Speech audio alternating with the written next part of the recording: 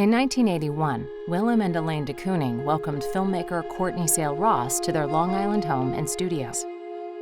Over 3 days, Ross listened to their stories and captured remarkable footage of Willem de Kooning at work. The film, Strokes of Genius, remains one of the most intimate portrayals of de Kooning's life and art. When you were in Holland at the academy, training must have been quite rigorous. The academy is very good, very scholarly. They teach you very slow.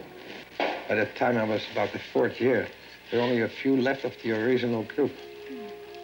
Around this time, Ross acquired a series of important drawings by de Kooning, dating from the 1930s through the 1950s. These drawings map de Kooning's evolving approach to one of art history's most enduring subjects: women. I met Bill in '37, and I was absolutely enthralled that there were artists of this sort in America. He was painting men, and I asked, why don't you paint women? He said, I don't understand care. It felt necessary to paint an image of woman. Reclining Nude from 1938 epitomizes his early approach to the figure.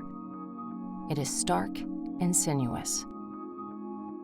Yet this approach would soon evolve. By 1945, de Kooning's approach had radically transformed. In abstraction, his line is electric, the image almost entirely abstract, with only the shape of a breast and a fleshy patch of color hinting to a female form. In Two Women, we see wide, staring eyes, bodies anchoring the pictorial space, bodies marked, perhaps scarred. One woman presents herself, the other turns away. He never just sits down and says, I'm going to draw a figure. That's not the way he works. He works in this area between abstract art and what you know.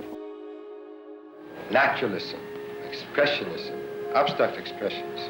For a painter, those are things for a handbook.